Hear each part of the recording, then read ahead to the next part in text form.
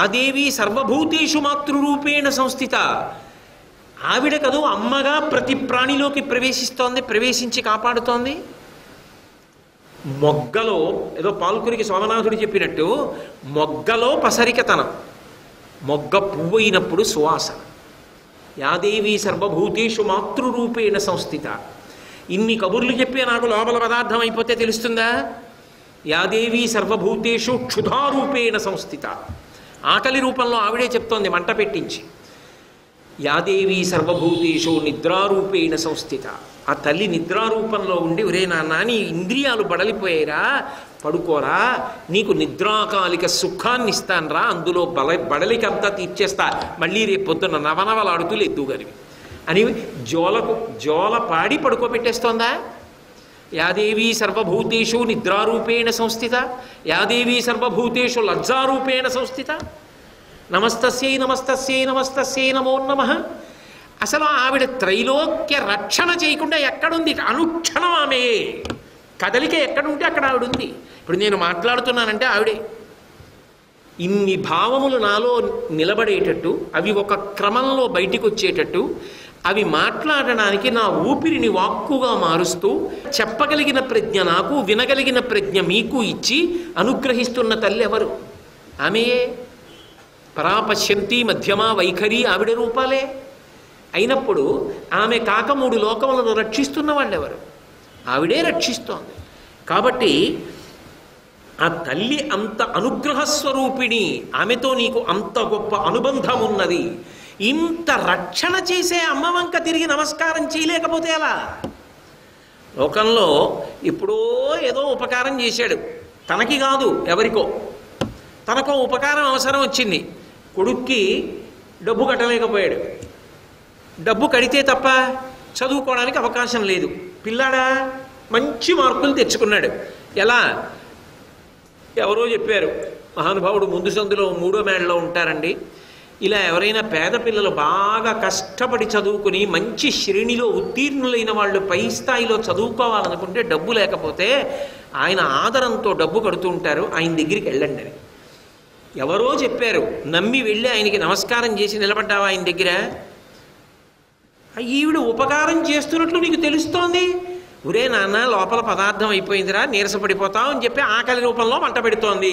అది కూడా చమ్మగా ఉందనుకోండి, వాడు తిండవు, బాగుందని కూర్చుంటాడు. కొంచెం బాధ అయితే అన్నం తింటాడు. అందుకని మంట రూపంలో ఆకలి పెట్టింది. అన్నం ఆవిడే అన్నపూర్ణ, అన్నం పెట్టింది. బ్రేవ్ అని త్రేయించేదాకా సుఖాన్ని ఇచ్చింది, నిద్రిచ్చింది, శక్తినిచ్చింది. ఇన్ని ఆవిడ ఇస్తోంది నీకు. ఒకరోజు కాదు, ఒక క్షణం కాదు, ప్రతి క్షణం. ఆ ఇస్తున్న ఆవిడికి నమస్కారం చేస్తే ధర్మాన్ని కూడా ఇస్తుంది, నీ జన్మ ఉద్ధరిస్తుంది. అంత అనుబంధం నీకుందా ఆవిడితో? ఎందుకు నమ్మలేకపోతున్నావు? అది ఆయన ఆవేదన జగద్గురువులుగా. అరే అందరినీ పట్టుకుంటావు, ఒక్కసారి ఇటు తిరిగి నమస్కారం చేయరా తల్లికి. ఆవిడ నీ బిడ్డవిరా, నువ్వు నమస్కారం చేయకపోయినా పెట్టడం అమ్మ ధర్మం పెడుతోంది కదరా, ఇన్ని చేస్తోంది కదరా. ఆవిడ వంక తిరుగు, నిన్నెంత పైకెత్తుతుందో ఆలోచించు. కాబట్టి త్రైలోక్య రక్షాకరి సర్వైశ్వర్యకరి. ఆమె రక్షణ త్రైలోక్య రక్షాకరి, 3 లోకములను రక్షిస్తుంది. సాధారణం.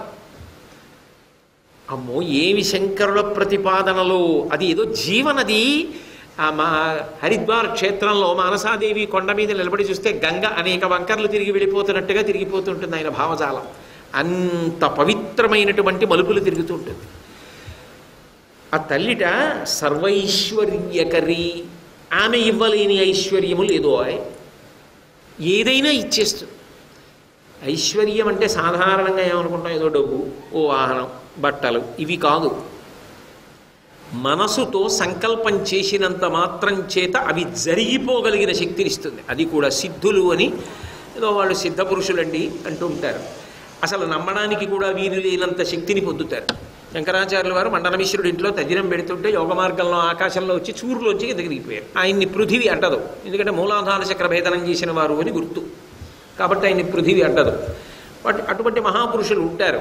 అందులో ఏవో ఉంటాయి, అణిమ, మహిమ, గరిమ, లఘిమ, ప్రాప్తి, ప్రాకామ్యము, ఈశిత్వము, వశిత్వము అని అష్టసిద్ధులు అంటారు. వాటి అష్టసిద్ధుల వల్ల ఏవో కొన్ని రకాలైనటువంటి శక్తులు పొందుతారు. వాళ్ళు కావాలనుకుంటే దూది పించె కన్నా తేలిగ్గా అయిపోతారు.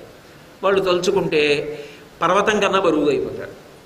వాళ్ళు తలుచుకుంటే ఎంత పెద్ద పదవినైనా పొంది పరిపాలన చేయగలుగుతారు. ఈశిత్వం అంటారు. దేన్నైనా వశం చేసుకోగలుగుతారు. ఏవో సిద్ధులు ఉంటాయి. అయితే ఒక్క మాట బాగా ఆలోచించండి, ఏం చేస్తావు ఈ సిద్ధులతో? అవి కూడా ఒక లౌకిక ప్రయోజనమేనా? మీరు బాగా పట్టుకోవాలి. అందుకే శంకరాచార్యులు వారు దక్షిణామూర్తి స్తోత్రం చేశారు. చేస్తూ ఒక మాట అన్నారు, భూరంభంశనలో నిలోంబర మహార్నాథో హిమాంసు పుమాన్ విద్యాభాతి చరాచరాత్మకమిదం యస్యైవ మూర్ఛష్టకం నాణ్యత్కించన విద్యతే విమృశతాం యస్మాత్ పరస్మాత్ విభో తస్మై శ్రీగురుమూర్తయే నమ ఇదం శ్రీ దక్షిణామూర్తయే సర్వాత్మత్వమితి స్ఫుటీకృతమిదం.